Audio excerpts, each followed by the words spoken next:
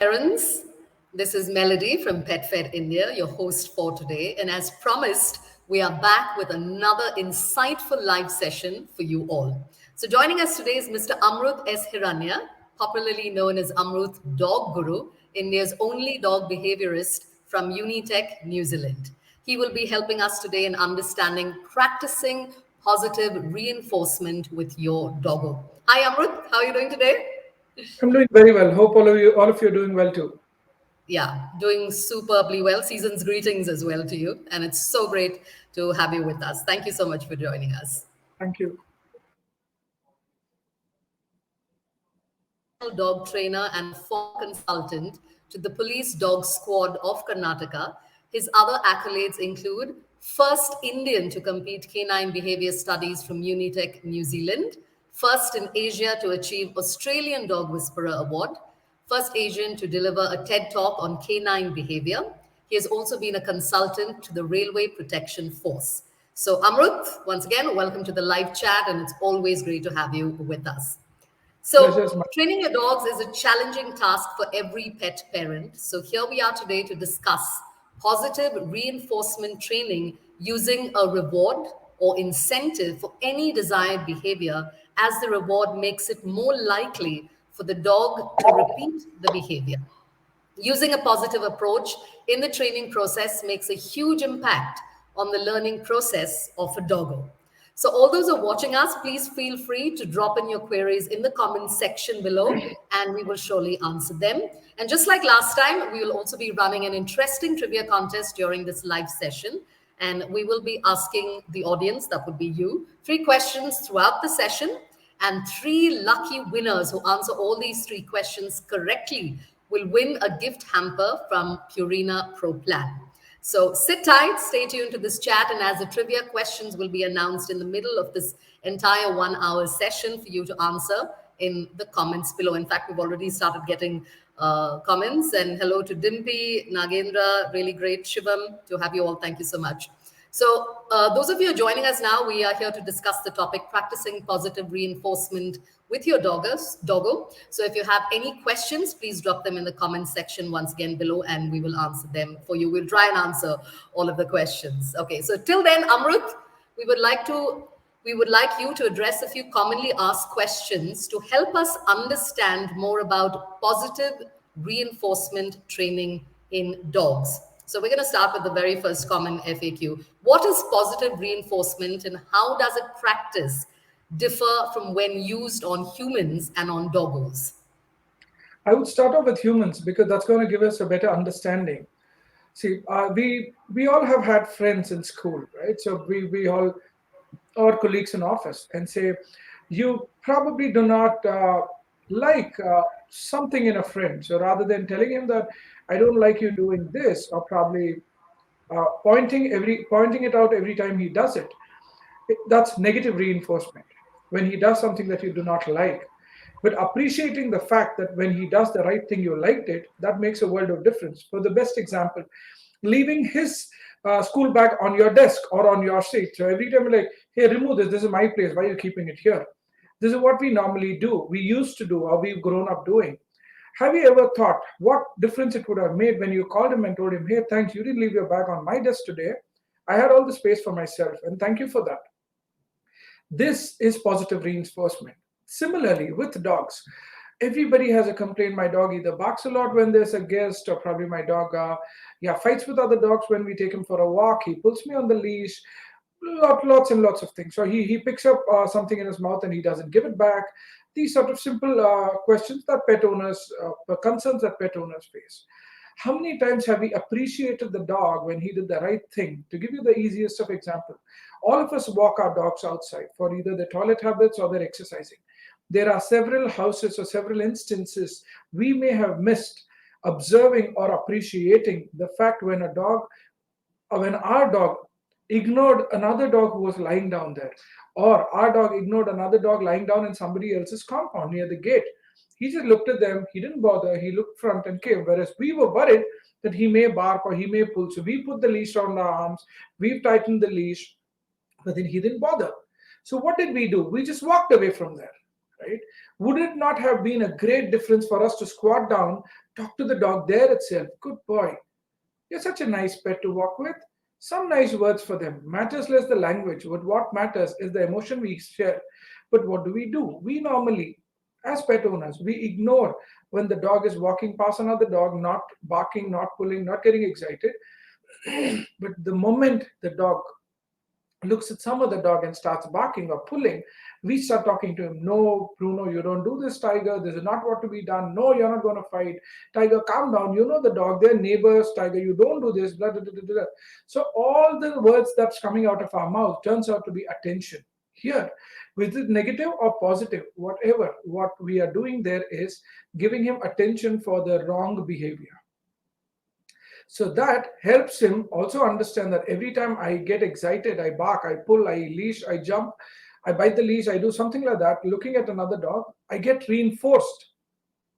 Now, whether it's positive or negative, it is for the wrong behavior. So that is also negative reinforcement. Positive reinforcement is to encourage the right behavior, ignore the wrong behavior. Negative reinforcement goes to another adverse when we start pulling the dog.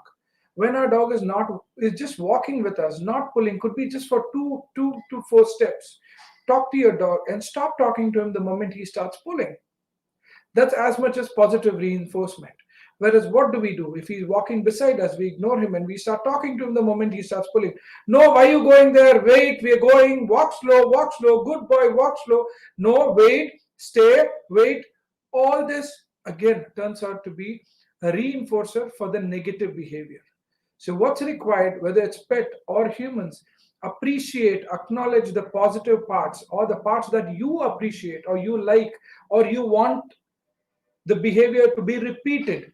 For another instance, my guest came home, my dog barked, barked, barked, barked, barked. He stopped for a second, probably to drink water, to scratch himself, or he was trying to scratch the door or something like that. He stopped barking. What happened, Bruno? You're a good boy. Thank you for that. And again, for the next 2-3 minutes. Talk to them when they stop barking and not when they start barking. Because when the guest is there, we are so excited that there's a guest at home. Like, please come in. How have you been? How was the Christmas? Sorry, you couldn't come. They were locked down. Da, da, da, da, da. And then dog starts barking. Till then, you ignore the dog. You were only busy with your guest. The moment the dog started barking, no, Bruno, keep quiet. You know who they are. No, quiet, Bruno. Keep quiet, Bobo. Keep quiet, Bobo. Keep quiet, Bobo. So it becomes a rhythmic barking for the dog about that I keep barking and they keep talking. I keep barking, they keep talking. And now I increase my barking, then gets a better reinforcer. They give me a chew bone or they give me a treat. If I continue barking, the guest leaves and the dog walks in the house. So I'm left free. So we teach the dog unknowingly, or we reinforce the fact that the more you bark, the more attention you get. But there has been times when do we need a guest to ask us? I think you have a dog. No, he hasn't barked. Oh yeah, he's being quiet. I don't know why. Probably he likes you. That's not what we want. He's quiet. He didn't bark. We need to acknowledge we are the pet owner. We have to be responsible. So giving a reinforcer for the positive behavior, ignoring a negative behavior itself turns out to be a positive reinforcer. Yes, but a lot of pet owners would have expected us to talk about giving treats, giving chew sticks, giving toys. We would come there. But that is a bumper. What's immediately required is our attention. Giving them attention, even for children. For example, all of us, we all sat on our parents' laps when we went to the restaurants when we were children, or we've seen others carry their children to the restaurant. Husband and wife talking between each other regarding what car to buy, red color, white color, sedan, hatchback, whatever. And after a minute, you see a fork that falls down. They like to the child, no, keep quiet, baby, food's going to come, be good, be good. And then they again start talking. Then the glass goes down. And then the plate goes down. By then food comes, so you get busy. That's, again, we are reinforcing, waiting for the child to show us, to get our attention, do a negative behavior. And then we reinforce the same. Whereas, what if you just asked a child who's 6 months, do you think you like a red color car or a blue color car? The child's like, what? I don't even know what a car is. But involving him there because he was quiet. She was quiet on her lap. Involving the child in the talk would tell the child that I just have to keep looking at them and they keep talking to me, so I don't have to throw anything down. That again turns out to be a positive reinforcer for the right behavior, and not waiting for the child to offer a wrong behavior and then giving them attention. This is positive reinforcement and negative reinforcement for humans as well as for pets for an understanding. Getting over, always talking to your dog or giving him a treat when he sits down, or make it a practice that every time you're at the door, you take a treat, you wait for him to jump on you, jump on you, jump on you, just keep quiet. He gets tired, he has to sit down. The moment he sits down, you pop off the treat. That's a positive reinforcer. But what do we do unknowingly? We're like, no, don't jump, don't jump, don't jump, don't jump. What is don't jump? I can't fly. I don't know if I have to lie down. I don't know if I have to run. I don't know if I have to bark. What should I do? What do you mean, don't jump? Any animal, negative comments, don't jump, don't bark. What does it mean? What is don't pull? It is heel. Tell them heel is a position next to me. Every time you're next to me, you get a treat. And we give you a command with a word of command called heel and give you a treat. The moment you're next to me, you get a treat. The moment you're next to me, you get a treat. Could be food treats to begin with, and later word of commands to reinforce them. Good boy, heel, before they pull. And the moment they pull, stop talking, turn around, get them back to the position, start walking again. This is how we could use this as positive reinforcers. But what do? We like pull the leash, put a choke collar, put a prong collar, put a normal collar, a flat collar, or even worse is when you put a harness and you start pulling the dog. Now that's a negative reinforcer because the dog's pulling you, you're pulling the dog, that becomes a negative reinforcer. Negative reinforcers are stress, helplessness, pain. The dog would want to come out of that particular awful experience that he's undergoing and offer a behavior for us. It's just like pushing a dog down to sit, holding his collar, holding his back in another hand, pushing him down to sit, this way, and then telling him sit. That's negative reinforcer. The dog is pressing himself down to sit position because you are pressing him. There is pain on the back. To avoid the pain, he gets down. Whereas, as Smarties, just take a treat, move it above his nose, wait for him to sit down, give it to him the moment he sits down. Timing is equally important. So he understands that if I sit down, I get this treat. Then give a name for the action. Repeat it. So reinforce it. Reinforce. So one is enforcing it. Reinforce, so it becomes a habit. Failing to practice is practicing to fail with any sort of reinforcement, but even better with positive. So let the dog know that I get attention, I get love, I get my food, I get my treats for doing the right behavior. In the other words, do not shout at your dog, scold your dog, beat your dog. It's not going to help. They live for the time. What's the difference between humans and animals? We worry about our future, we crib about our past. They don't do both. For them, it's this fraction of time. No, my dog gets scared. A lot of pet owners tell me. Of what? When I pick up a stick. When you leave the stick down, oh, he comes and jumps on me, He knows I don't have the stick. Exactly. So why do you think it's going to help? It's going to help when you have the stick. It's not going to help when you don't have the stick. So why negative reinforcers when we know it's not going to help? And positive reinforcers have shown tremendous success rate in training humans or children or dogs compared to negative reinforcers.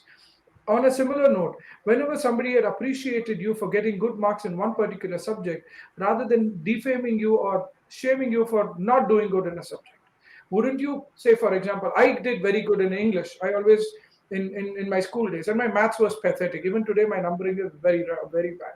So instead of my parents or my teachers talking only about, he's bad at maths, he needs to work on maths, always, rather than he's good at English. The other subjects also he can pick up, he's very good at English. I would try and do better in maths because I know I'm already good at English, so I would want to add math to the good word rather than add. Now what happens is, he's bad at math, he's bad at math, he's bad at math. Similar things to the dog. Appreciate the right things, that's as much as it. Awesome. Amrut, thank you so much. Wow, that's quite the explanation. And yes, of course, the key word being reinforcing, because it works for both humans and animals alike. When you say, don't do this, don't do that, that's exactly what they want to do. So as you can see, I've put up the first slide. So, it's a continuation of what exactly you explained, especially the negative aspects when it comes to reinforcing the positive aspects. So, how do you convert these negative reinforcements into positive ones? In fact, we have Dimpy Bose. I'm sure you've answered half of a questions that she's had quite a few issues with her elder Shih Tzu, who barks non-stop. So how do we convert these negative reinforcements into positive ones? See, now being elder and being a Shih Tzu, Shih Tzus are a little vocal, so they get to bark a bit more than other particular breeds. And second thing is the age. Now, the dog at that age, it's just like uh, how our grandparents, the older they get, the child, they get to be more like children, they behave more like children. So, older the dog gets, if I heard it right, that it's an elder dog, so they want more of attention, just like puppies. Now, the dog asks for attention in different ways. He or she would sit for a while, look at you, sleep for a while, look at you, pull something out, bark, bite, chew, anything and everything to gain attention. And what we give attention for is what matters. Now, it is obviously not that your Shih Tzu would bark 24 bar 7. There are times when your dog goes to sleep. Appreciate it. Do not wake her up or wake him up from wherever you are. Good boy, you're sleeping every now and then. It's not in the night. You don't have to wake up and do it, but just talking to the dog from distant. You could be on your system. You could be having a conference call with your company, whereas your dog is sleeping in the living room or the balcony. Just a word from here. Hi, Ginger. You're sleeping, Ginger. Good, Ginger. So dogs, even during sleeping, can hear. So they're like, okay, I just can continue sleeping, and I get to know that people are still appreciating me. I don't have to get up and bark for them to start talking to me. Point number one. Point number two, every time the dog starts barking, do not give attention. Just hold on, wait. Let them continue barking. Bark, bark, bark, bark, bark. And the moment they stop, there goes a treat in front of the pup or the dog. One. Second, change your meal times. This is tailor made for you. Change the meal times. You know when your dog starts barking, or there are times of the day when your dog barks. Probably could be for another dog who's barking outside your compound, could be somebody who enters your premises at that time, or whatever is the reason for the bark. Notify the time and slowly graduate there or move their meal times to that particular time. So then the dog's barking, barking, barking, stops, gets few kibbles, stops, get few kibbles, bark, bark, bark, bark, bark, stops, get few kibbles. So rather than giving them a free meal in the bowl, give your whatever kibbles you're giving, the dry food like Purina, Plan. So give it whenever they stop barking, stop barking, stop barking, one or two, one or two, one or two. So by the time you finish a 50 to 100 gram of food you're giving a Shih Tzu, it has stopped barking at least 10 times and got it for stopping and not for barking. Food can always be a great reinforcer. I'm just going to interrupt there, Amrut. Just, if you can add on to Ayushi, who actually just mentioned, my dog is not tempted with treats. So, what do we use as a reward for her good behavior? Because, yeah, that's what we do, right? Whenever they do something great and you're really happy with their behavior, we always treat them. But what do we do with, pets who do not accept treats? Every dog has their own incentive. We will have to look for it. For example, if your dog is an indie, love and affection or social petting, as in a physical pet, itself makes a lot of difference to the dog. If they are dogs like Belgian Shepherds, Dutch Shepherds, could be few other breeds, they have particularly drive for toys or a tug that they want to hold in the mouth and tug with. So dogs who do not have food drive, they have toy drives, they have attention drives, they have love drives, or anything. You know what your dog loves the most. So hold on to that as smarter human beings.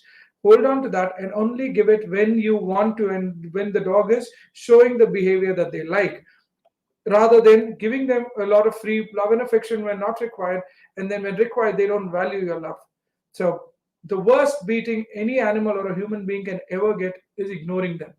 So ignore them for the wrong behavior or the behavior you do not like, and start appreciating them, loving them, cuddling them, picking them up for the right behavior. You'll see the change. Food need not be there, but yes, food is a common reinforcer, especially for puppies to learn any good behavior. But there are few dogs who could be play driven, could be toy driven, could be, like I said, physical petting driven. So they love to be pet by people. So hold on your love every time you want to give them love or affection. I'm not telling you don't love your dog. Hold on, ask them to do something and love them. You can ask them to come. If they've already come, ask them to sit. If they're already sitting, move 2 steps back, ask them to come again, and then cuddle them. Let them to understand that, yes, I get what I need. Could be food, could be toy, could be love, could be affection and petting for following a command told by them. That makes your life more easier. in Wonderful. especially metropolitan cities, when your dogs have to coexist with your apartment mates, flatmates, villa mates, whoever. Awesome. Yeah, I hope Ayushi and Dimpy, your questions are answered. We've got so many questions. We'll get to it as soon as we can. Amrut, thank you. There's so much that I'm learning as well from you. So thank you so much, and I'm sure everybody else is really happy being part of this. So it's trivia question time before we get back to you, Amrut. So you can take a breather for just a couple of seconds. So here's your question. Remember, at the end of the hour, we're going to announce the winners, and who knows, you could be the lucky one to walk away with this hamper courtesy of Purina Pro Plan. So, very simple question. Can a dog only be trained with the help of a professional trainer? I'll repeat that. Can a dog only be trained with the help of a professional trainer? You options are one, yes, two, no. That's it. All you have to do is just put in option one or two in the comment section, and of course, we'll find out whether you got the right answer. All right, back to you, Amrut. So I'm sure many pet parents here have experienced an awkward moment when their dog got into a fight with another dog. In fact, even Angish Baumik, had the similar question. What are the positive reinforcement techniques to manage such situations? In fact, Agnish, if you can see that, Amrut, he says, my 3.5-year-old husky starts growling whenever I pet another dog. Not in the similar instance, but yeah, pretty much the same kind of behavior. So, what are the positive reinforcement techniques to manage such situations? Fair enough. So now what you would do with your husky is that try getting your husky used to the other dog. Walk your husky in front of the other dog before you pet the other dog. See if he yet has started growling or not. If he started growling, increase the distance. So get to a place where the other dog is visible. You're not yet petting the other dog, but your husky can notice and understand and accept that there's another dog. Your husky is comfortable, start petting your husky there. Good boy. Then go around, get to let the center be the other dog, and you're going in circles, getting closer to that particular dog. And as and when you get closer, and as and when your husky is still not started growling, start petting your dog or start talking to your husky in good words, good tone. If by chance the dog starts growling, move back in a reverse direction, get a little far off from that particular dog till your husky stops. The moment it stops, you go back again, get closer. This is not a one time exercise. It would take you a couple of, at least minimum 5 to 6 practices, once of 3 minutes or 4 minutes each. By the time the seventh practice, you should have come to a stage where you are as close to the other dog as you are to your husky, and your dog is still not growled. Then you're still petting your dog. And once you're petting your dog, get to feed the other dog before you pamper. Feed your dog, feed the other dog, feed your dog, feed the other dog in two different hands. See to it that they don't catch into a fight, because keep your distance. That's why I told two hands. Keep them in your right, keep them in your left. It's always better if you keep your dog on a leash so that it's easier for you to control. Let him understand that both of us are being fed by the same source. It makes it easier for him to understand.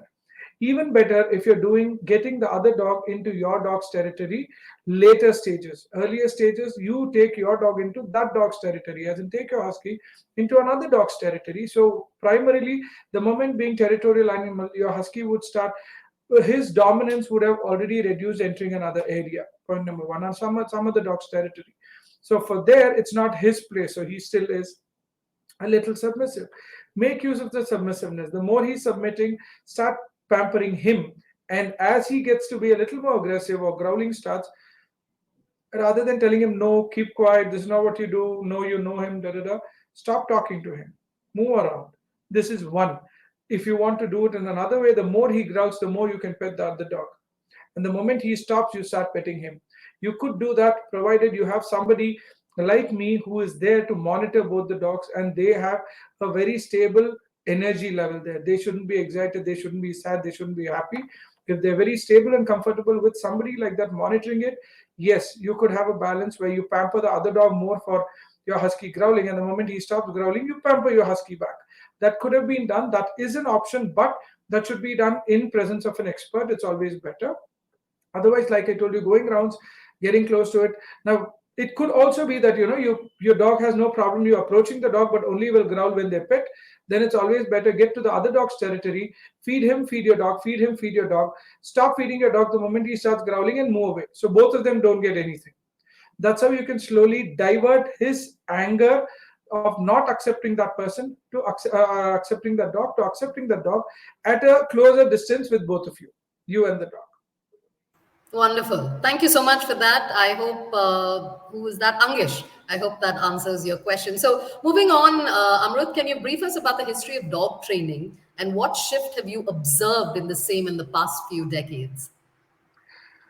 Primarily, starting off with India, what Indians learned was with a couple of German handlers or trainers who came in the early 80s, and they trained a lot of people in Chennai. Basically, it was the Indian Army, the Air Force, police. All of them were trained by a few German trainers who had come down. This is what I have read from. There could be other schools of thoughts which I do not know. What I know is what I would talk with. So here, that's when there were more of there was only negative reinforcers, as in get even to get the dog to come, put a choke chain, put a long leash, call the dog, and how you would have seen visuals of, I don't know if today our viewers have pulled out water from the well. At least you would have seen it in movies how water is pulled out of the well. So that's how they used to do it with the dog. Put a collar, go far away, get the dog to sit there, go far away and start come, come, come, come, come. It's like pull the rope one by one by one. So the dog, whether or not he wants to or not, he's coming closer to you because it's getting choked. From there it starts, or there's a collar. It need not be a choke chain in those days. Then there are pressure points at the back where the dog could be pressed, keeping their spine between the two fingers like this, and get the dog to sit. That's how it all started.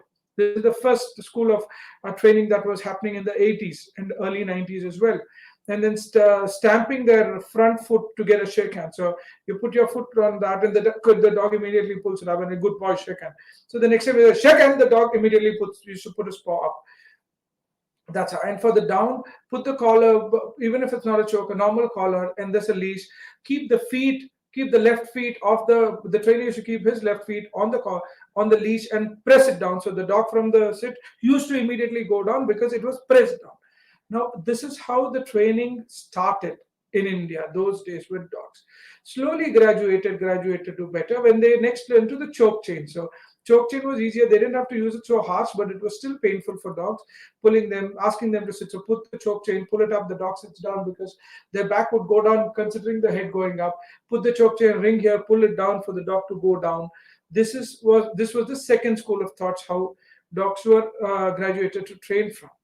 Then came the third level where this was lucky, probably by the 95 plus or 1995 onwards. We're using treats, so using a positive reinforcer as a treat. Get the dog to give him a treat and do things. So give him a treat for doing the right thing. What they used to do, push the dog to sit once, twice, third time, push the dog, and the moment he sat, give a treat. Pull the dog down once, second time pull the dog, he did it himself, gave a treat. So it was a lot of them called NEPO as well. That's called negative positive training. So once a negative feel for the dog, once he gets to know that, second and the third would be positive. That's called NEPO training.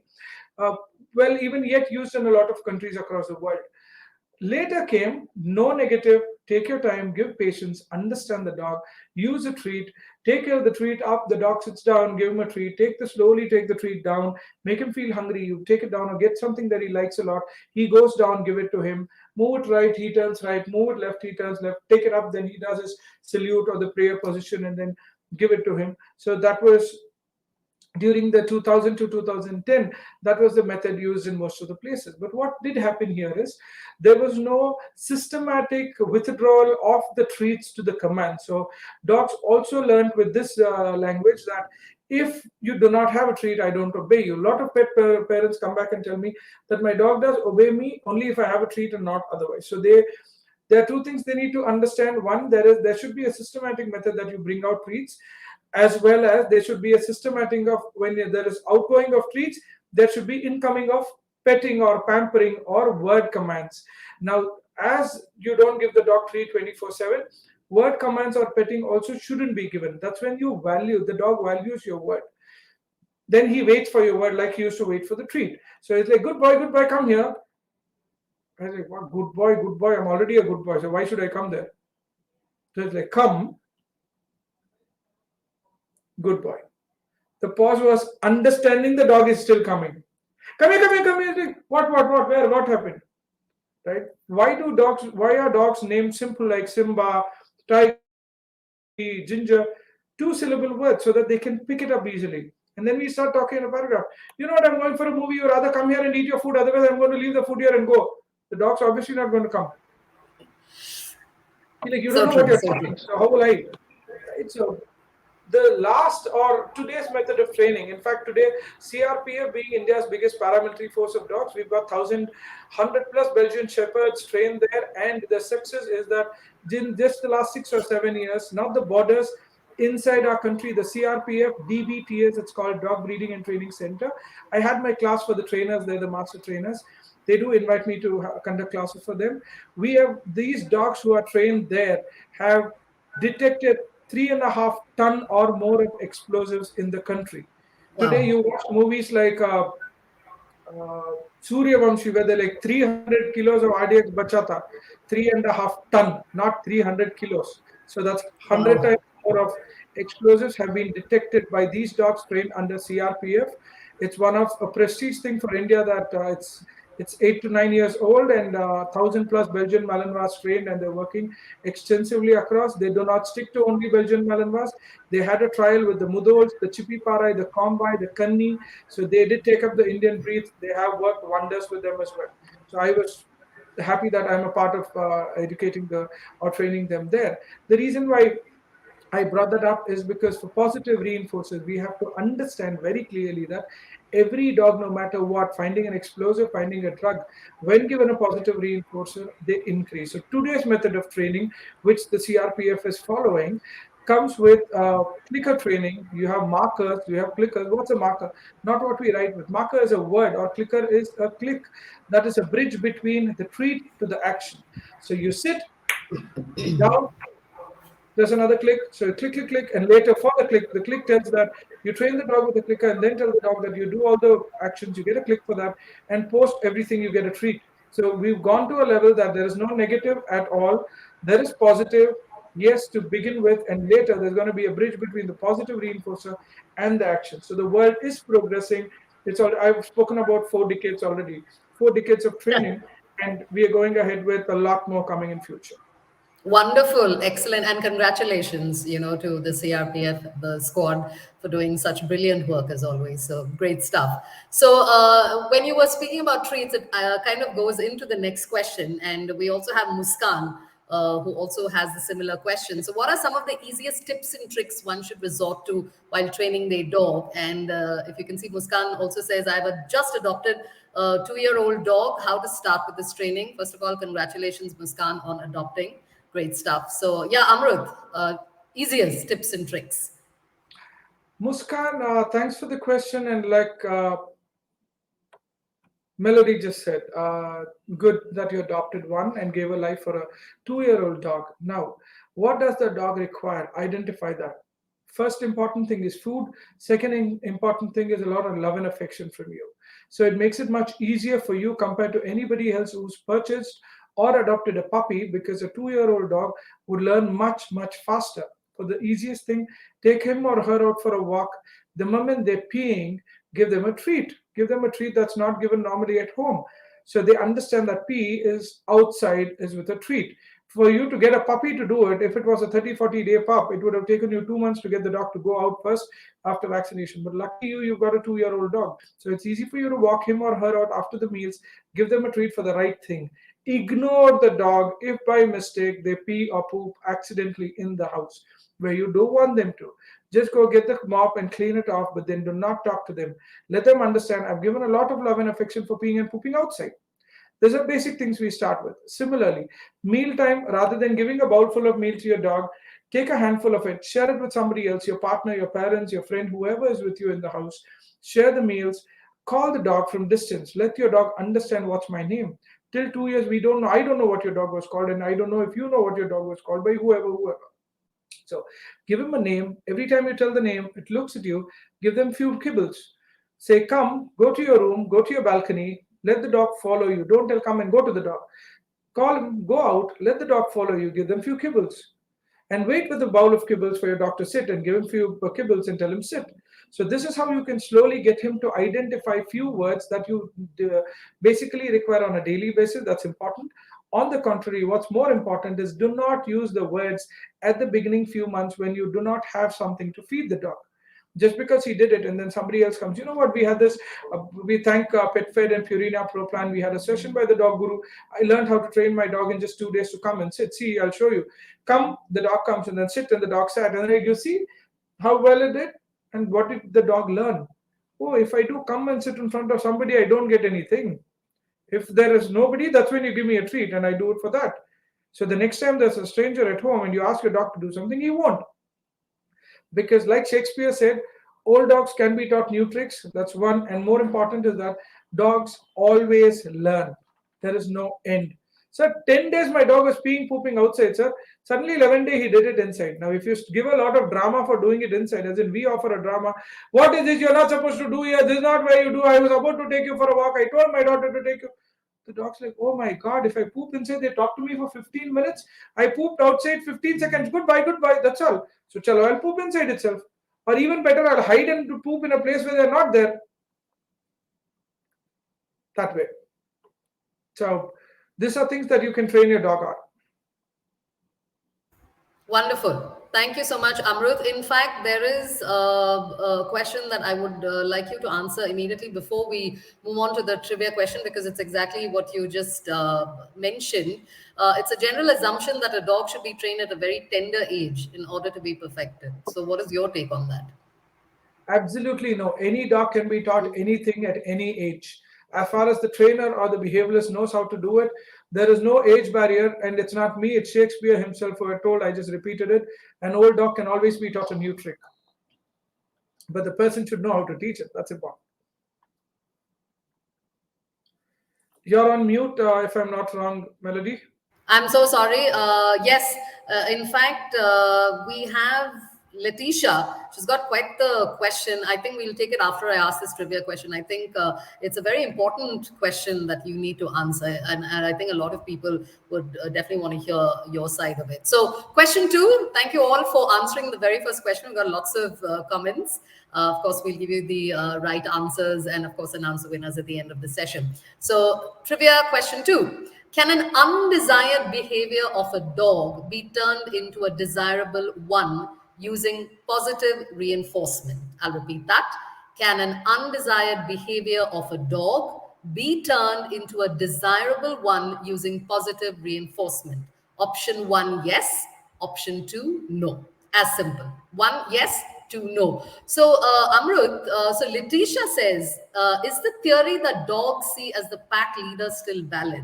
I heard a dog trainer talk about how the theory is outdated and that instead of teaching the dog that you are the leader, it is better to teach them that you are the teacher. So, yeah, what do you have to say to Letitia about this? I This reminds me of what my father had taught me when I did bad in my exams. He told me every question has the answer. So if you do not know the question, write the answer a couple of times. Your teacher may give you marks. Similarly, like what Letitia asked, what's the difference between a pack leader to a teacher? What do we do when we have our teachers? We respect them. That's why we call them teachers. With Indian custom, we still do bow down to them. If it's Teachers' Day or something like that, you don't mind. We start with, and especially in Christians, we kneel down in front of the teachers or the fathers. Muslims kneel down and put their forehead down also in front of their teachers when they offer prayers. Similarly, Hindus also do the Sasang Lean Pranam, Guru Devo Namaha. They're like teachers, the God, and all those things. Perfect. So, what do you do there? We stand up when your teacher walks in. We sit down after the teacher sits down. This is similar to teaching a dog the pack behavior, that he is the pack leader. Your sit, your down, your sleep, all these commands to your role is taught to a dog to understand in a pack behavior that I am your leader. If you're teaching it, you're a teacher. After they've learned, you're the leader. It's as simple as that. For so-called whoever did tell that there is no pack behavior, it's simple. You get to any cafe, chai shop outside after the session, 2-3 dogs there, throw a biscuit, 1 or 2 dogs are eating, then slowly walks up another old tired dog. Both these young, energetic, beautiful, good, handsome looking dogs move away from the bun or the biscuit and they wait for that dog to pass. If the dog wants to eat, they eat. If that dog doesn't eat, after the dog passes, these people come and eat. That is the teacher, or I call them as a pack leader. They show respect that if you want, you eat it. If not, I will eat it. Another very simple instance to understand pack leadership. It's simple. When you go out in the evenings, there is one particular old dog who's sitting on a pile of sand or on a compound or on an old unturned vehicle. Whoa, whoa, whoa, whoa, whoa, and they stop. That's as much as what they bark. And then you have dogs coming out of everywhere, from below the vehicle, from the garden, from wherever, wherever. Yeah. He's the pack leader. All he said was Akraman. And then there is a hell lot of dogs chasing your vehicle. Whereas he just stops there. He's the pack leader. It's as simple as Letitia, yeah. Okay, sorry. Go ahead, Amrit. that's as much as it. Your teacher is the Okay. pack leader, because whether it's a pack leader or a teacher, all we do, or God, all we do is we offer them surrenderance postures. Offering surrenderance postures on a command is training. Come, sit down, sleep, rest, roll, salute. All of this is simple surrenderance. We also offer to our elders, our parents, our teachers, our gods. Wonderful. So well said. Oh my gosh. You've completely changed the perspective about that. And I hope, Letitia, that answers your question. Thank you so much for the question. Yeah, she says awesome. So, there you go. Thank you so much, Amrut. So, as discussed earlier, the negative behaviors of a dog can be changed with proper practice of positive reinforcement training. So, how much time does it take for that shift to happen? This is a tricky question for me as well, like Surya, you've been asking, because it depends on the negative behavior. For example, if the negative behavior is that my dog does not eat his food from the bowl, he just leaves it there, he comes and eats when he wants to, doesn't eat when he wants to, and then we have to sit down with him, put him on a lap and feed. That is a wrong thing. That's a negative behavior. You're hand feeding him and making him getting used to hand feeding. Whereas the positive thing there is that you start talking to him the moment he starts eating. You stop talking the moment he stops eating, and you just go away. Remove the food as well. That could be an example. Similarly, walking on leash. If your dog is not pulling, keep talking to him. Stop talking to him when he pulls. Turn around, turn the direction, and start walking. If he's not pulling, keep talking to him. How much time this requires depends on the number of times we practice, intensity of the problem, and the perfection the person is practicing the positive reinforcement with. It could take me probably 10 minutes to bring out a negative behavior by using positive reinforcers. It could take 10 years for my wife to do the same. Though we share our lives together, she's not a trainer, so that way it depends. And the dog could be the same, the behavior could be the same. I just brought that because it is the amount of experience as a pet owner or a trainer as a pet trainer they would have had with different dogs, that they would apply the same experience knowledge to do it faster than others. It is tailor-made for problem, tailor-made about the dog, about the problem, and by the person who's getting to sort it out. Awesome. All right. So, in fact, we've got so many people who have asked the question that I would like to ask you right now. Dogs of different breeds. Yeah, that was definitely going to come up. Differ in their nature and behavior. Are they supposed to be unique training methods to be used for each breed? And also age. I just scrolled up and sorry, I don't know your name.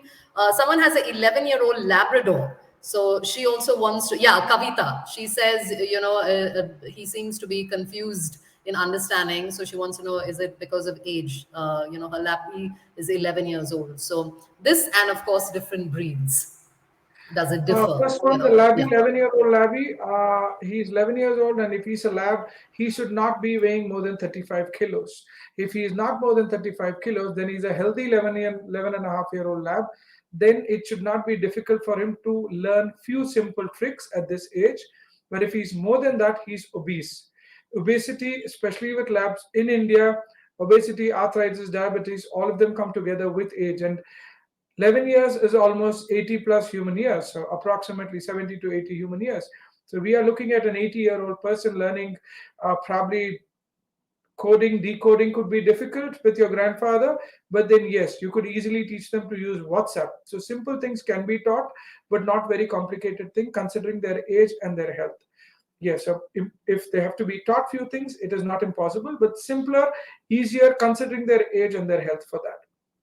Different breeds, Yeah. different breeds come from different origin, different breeds come for different reasons. There is an extremely possessive breed called Rottweiler. There's a possessive breed called a Bulldog. There's a friendly breed. There's a breed with a lot of drives. Could be the Labrador, who was earlier a fisherman's dog. Today is a fat, hefty dog. So different dogs. It is not on the breed. It is on the dog. We've got. If I have a litter of Dutch Shepherds that goes for the CRPF and the police work. It's not for private use, though. I'm not a breeder, so as in a breeder to sell pups outside, other than what goes for the armed forces as a requirement. Now here I have 7 pups. One pup does great with food. One does great with a bite, a tug to bite with. One does great with just a petting. So every dog in every breed has their own likings. Like I told, as pet owners, we need to understand what is the craving for your dog and utilize that to the best to train him, because they would do anything for the craving. So it's easier for you to give them a little bit of frustration, tell them that I will not give it to you if otherwise. You have to offer good behavior and then you get what you crave for. They would offer it more, provided the timing that you give is very important. You don't ask the dog to sit quietly here, come back after 15 minutes and give him a treat when he's scratching the wall. So why are you scratching the wall? I told you I'll get the treat, take it, don't eat the wall. So the dog's like, oh, I scratched the wall, I get a treat. I sat quietly, I didn't get anything. Right? So timing is equally important with training. Every Yes. breed, every breed has their every dog in every breed has his or her own method of learning. Could be food, could be treats, could be love and affection. It is not breed specific. All right, there you go. It's not breed specific. So whatever, and I like the line you said. We have different breeds for different reasons, different seasons. Of course, that's what it is. All right, we give you a break now again for a couple of minutes. So our final trivia question for this session. Please remember that we will announce the winners at the end of this session. We have another 20 minutes to go. So, and thank you so much for all your questions. Some very interesting questions. Thank you for the great praise as well to Amrut. It's really great. Thank you once again. And here's your final question, and all the very best to you. So, state whether this statement is true or false. Very simple. A dog can only be trained starting from its puppy stage. Once again, a dog can only be trained starting from its puppy stage. Option one, true. Option two, false. So please leave your comments once again in the comments box. All right, Amrut, so what to do in case where the dog is no longer driven by the incentive being used to make him or her follow the desired behavior? In fact, there were a couple of questions on similar lines as well. So how do you drive them, to perform? You need not have to use negative reinforcer there. We just have to be a little smarter to improve the wanting. So, what is a drive? We have food drive, we have toy drive. If your dog is not fond of food, very clearly he is bored of that particular food, point number one. Or, like, because dogs do not have taste buds and on they go with the smell or the essence, your Purina Pro Plan bag has a hole in it. So your whole house is smelling of food that the dog doesn't want to eat it because he feels the aversion. They'll go to the food, smell, and come away. Point number one. Second, so see to it that all your dog foods are kept airtight. Point number one. Second, get them feel hungry. Give them more exercise. Make them hungry. Then they're driven to food. Third, what about toys? They don't like toys because their toys are always lying. Anybody is not driven to something that's easily available. So, how do you make a dog get a drive or improve the drive of a dog? Frustrate him, get to understand what he needs. There's no dog who doesn't need anything. He would require food to live. He requires love because he's a social animal. He's a pack animal. So it's simple. Understand what he requires. Stop giving it for free and in plenty. My dog don't like toys. Why? How many toys he has? 14, 15, no, 3, 4 in the car and 3, 4 in his kennel and 3, 4 in the balcony. Obviously, he'll not want it because there's no value for it. If you need a drive for something, you need to value it. If you need to value it, it should come only few times in front of you, either the smell or the vision. So if you got a lot of toys and your dog doesn't like anything, simple, put them all in a box, take out something, take one of it, put it in your old sock because it smells of you, tie it to a rope, start moving it around and wait for your dog to go for it. Next, it did not go for that as well. Wait for the mealtime, put a piece of meat in it, put some kibbles in the sock with the toy, start moving it around, make him hungry. He'll obviously go hold it because he's hungry. There's a bone in it, there's a chew stick in it. If he's hungry, he has to eat, and he has to eat. He is driven for food. Utilize that. Simple few minutes. Do not train your dog for more than 2 to 3 minutes in one session, because they will lose their focus. Primarily, we are talking about a non-driven dog. So if they get a drive for food or for a toy, and we lose the value for it, then they don't have it. So we need to give value to whatever you want your dog to be driven for. Like I earlier mentioned, people leave food in front of the dog, and if the food is waiting for the dog, where will there be value for food? The dog should wait for the food. Similar with the toys, the dog should wait for the toy. That's when they value it. You increase the value, the drive increases itself. Awesome. Just to add on to this question, we've got Anu Ranan who says, my dog doesn't like bathing and gets very aggressive on sensing a bath being prepared for him. Please help. I think it's on the This is similar line, so you can probably just this give us is a the line. positive reinforcement. It will go very slowly. Primarily, the next time you want to feed, slowly move it towards the bathroom. It should take you at least 10 days from wherever he's being fed to get to feed near to the bathroom. By 10 days, he's going to have his food at the bathroom door. Till now, till those 10 days, no water sound. It's only getting closer to the bathroom. And then from there, another 10 days, water starts dripping top into the bucket, to another 10 days where water is getting into the bucket. So he has to understand to ignore the water noise, come out of the fear only those 2 to 3 minutes during his meal times. Because he feels hungry, he has to eat, he's going to ignore that with a very slow transition. I told you 10 days going from where he's being fed to near the tap, and then from then 10 days from one drop per probably 10 seconds to of complete tap being open. So he's having that. Slowly get him used to things like that. And if he's getting scared, move back and take another few more days to come back to that position. Get him used to that. Post those, we already are 20 days from then. Then start calling on him. So he's next to that. Water is overflowing from your bucket. So somebody would also send a comment, we don't have water in different parts of the country to drink, and Dogguru Oh, is talking about spilling water.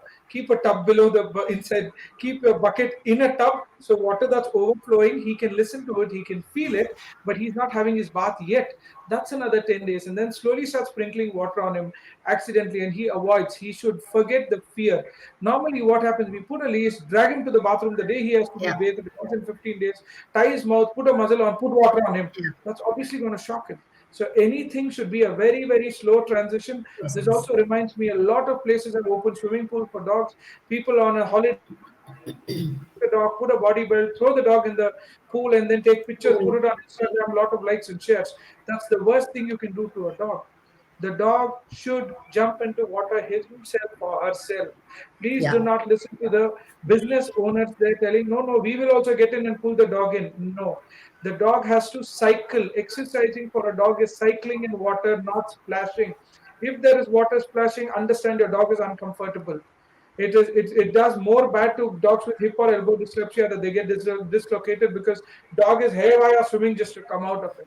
Whereas you go and see in a beach, probably like Mumbai and other cities, the dog go to the beach, they're not splashing, they are pedaling, because they went slowly into the water. They took a lot of days. They primarily were playing on the sand, then they went to the water till here, and then water till here, and then a little more water. Tweak goes into the ocean, and the sea, the dog jumps there, comes back with it in the mouth. All this is a gradual thing. Day one, the dog didn't go into the sea. So anything you want to introduce, especially swimming, it should be a 10-15 day course, that your dog himself or herself goes into water and is pedaling with no water splashing. Please keep that in mind as well. Otherwise, a dog who's comfortable with bath also tomorrow will start fearing water. Right. Oh man. Yes, absolutely. So well said. Anuranan, I hope that answers your question. We've got a question that's just come in. Why street dogs chase people sometimes? And also continuing, Deep also has a question. You know, I've just adopted an adult dog. He's not very fond of other kids in the family. How to familiarize him with them? So kids, and street dogs. Why do Street street dogs, dogs chase street people? dogs Yeah, chasing sorry. people because you don't belong to their own territory. That's as simple as that. So they don't want you there, or they don't want you in the darkness, because that is not the time when people who are known there come. If you do belong to the same street and they're chasing you, Carry some food with you when they're not chasing you. Keep throwing food at them. Could be biscuits, could be leftover bread, could be leftover roti, chapati. As far as they're being fed for not being chased. Point number one. And when they're chasing you, please stop there and make a loud noise with whatever you have. Preferably carry a small steel box that we used to carry earlier for school days with our lunch, with one or two stones or nails or bottle caps in it. Da da da da da da sound, or drop it on the floor. The dog will run away. They will stop chasing you. This is for people who chase. Why they chase? Because they feel that you are walking into their territory. That's the reason. So they chase you out of their territory. Have you ever seen a dog going 4 kilometers chasing somebody? They don't even go 400 meters. It's 40 meters this side or that side, and then they stop. They're like, you're out of my territory. Then another set of dogs will start chasing you to chase you out from their territory. So territorial behavior is again pack behavior. For the Yeah. trainer who said that dogs don't follow packs, so they do still follow packs. That's why they chase. This is for that. And an adult dog being adopted, getting them used to children. Now, primarily, he's an adult dog, and if he has had bad past with children, it is not going to be easy to do it by a pet owner. You need a professional to help you out. It need not be me, anybody else who could understand the dog, and it's going to be a very slow process. Please do not try tricks and get the dog to attack or bite the children there, because that's going to put the dog out again from your house. So we don't want that to happen. It can be done, but it will be done very slowly. Probably the dog should have a muzzle when the children are around, and the children should have their.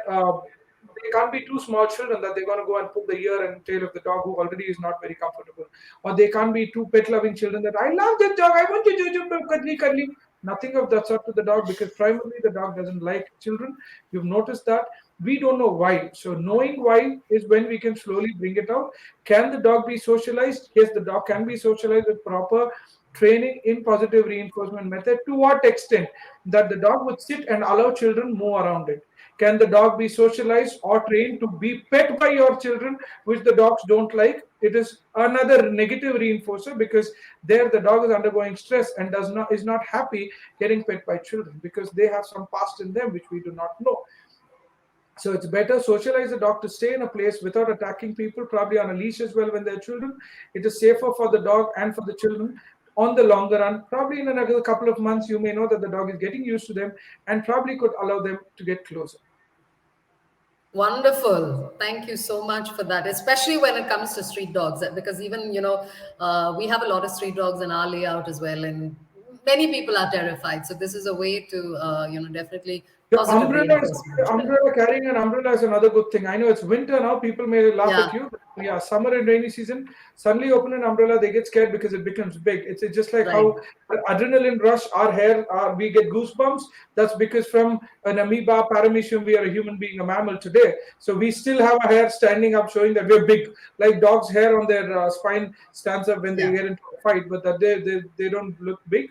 But then, yeah, the similar thing. So your umbrellas make you look big, so that stops the dog from attacking you, and that tells the dog that you're big and bold. So that does stop the immediate incident.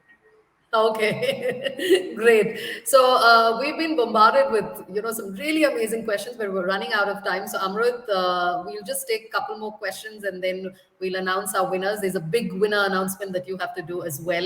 So I'm going to and thank you once again for all your questions, such valid and such important questions from each one of you. Thank you so much. So we've got Nagendra who's just asked. How to identify food drive, play drive, and prey drive in a puppy such that we can use particular reinforcement.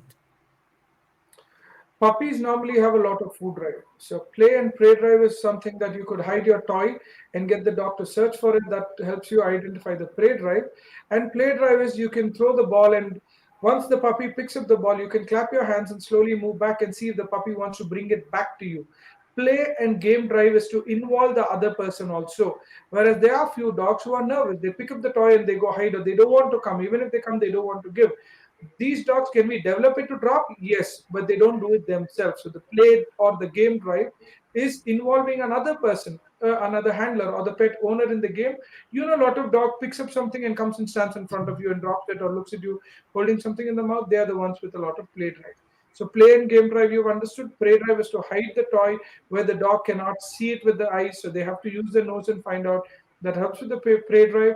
As food drive, puppies normally all of them have food drive because they love to eat a lot. Any breed for that No. matter.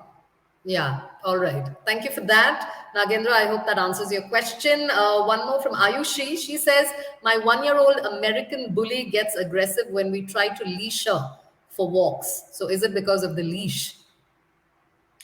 So you would start putting the leash, giving food, removing the leash the moment she's done with the food for a couple of days, putting the leash, wait for a few minutes, then food, wait for a few minutes, remove the leash for the next couple of days, and then leash for an hour, and then a little bit of food, and then an hour, and then remove it.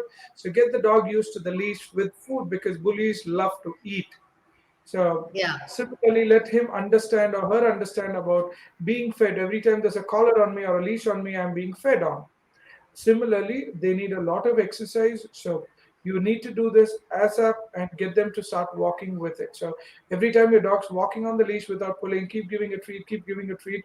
So you don't have to give them, if you're giving them 100 gram of food, whatever commercial Purina food you're giving them, give them 50 gram in the bowl when you put the leash. And while you're walking, carry the other 50 gram, keep giving a kibble every time they don't pull or they don't tug on the leash. The moment, so if you take a treat near the nose or a kibble, they're going to leave this leash in the mouth to take that. So it makes it easier that you walk without tugging on the leash or biting the leash or getting angry, you keep getting kibbles.